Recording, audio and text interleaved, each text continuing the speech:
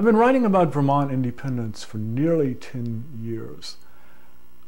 And more often than not, it was for an audience of one until about 15 months ago. Some say this is a fantasy. This is never going to happen. To which I respond, how many people in, say, 1985 predicted that by 1989 that all 6 of the so-called satellite nations of the Soviet Union in Eastern Europe, Poland, Czechoslovakia, Hungary, etc., would free themselves of their communist regimes by the end of '89, or that 2 years later that the Soviet Union would cease to exist? I think that things could happen very rapidly on this front. I'm not into making predictions about when Vermont is going to achieve independence. I can say that I hope that it will be during my lifetime, but that I am convinced that it will be.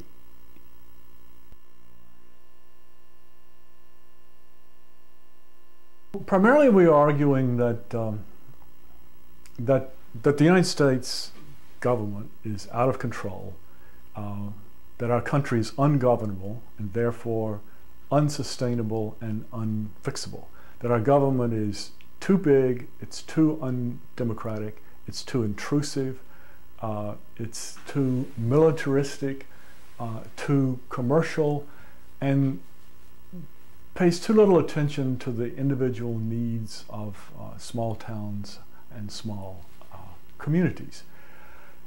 In addition, we think that the foreign policy of the United States is illegal. It's in violation of international law, against the United States Constitution, the Charter of the United Nations.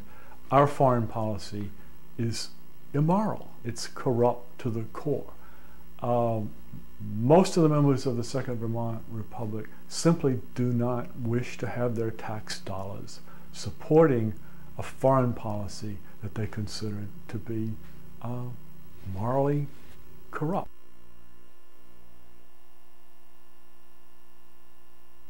There clearly are a number of different options if you find yourself in a situation where you believe the government to be unfixable, the country's unsustainable, and it's ungovernable. At the top of the list is denial, which is, I think, what we're basically in. Most Americans, I mean, some of them complain about President Bush. They may complain about John Kerry, but most Americans, I think, don't get it. They're in denial. Or a close cousin to denial is compliance. They simply, well, yeah, things are bad.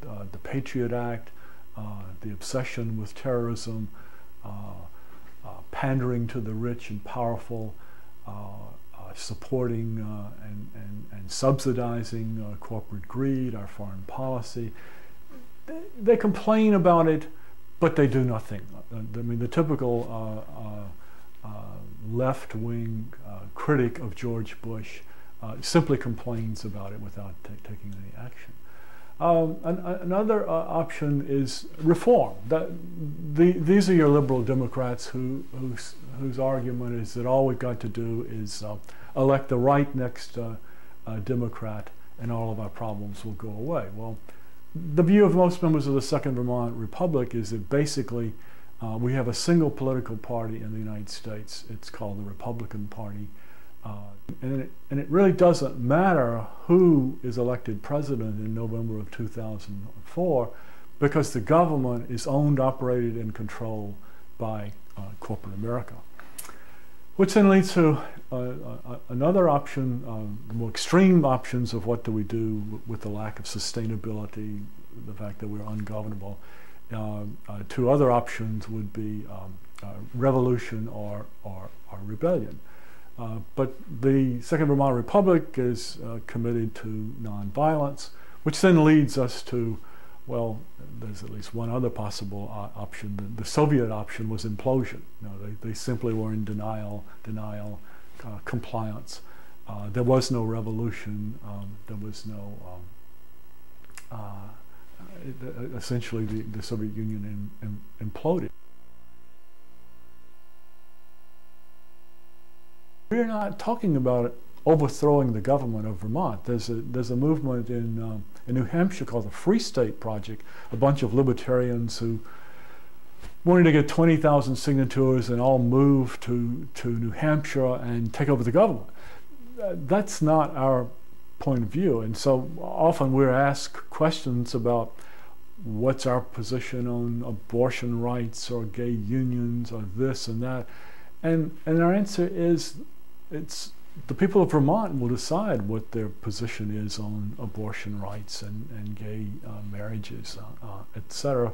We're not here to judge this. We're primarily trying to change the rules of the game and trying to create a new paradigm so that Vermonters will have more degrees of freedom to decide for themselves on any of these issues.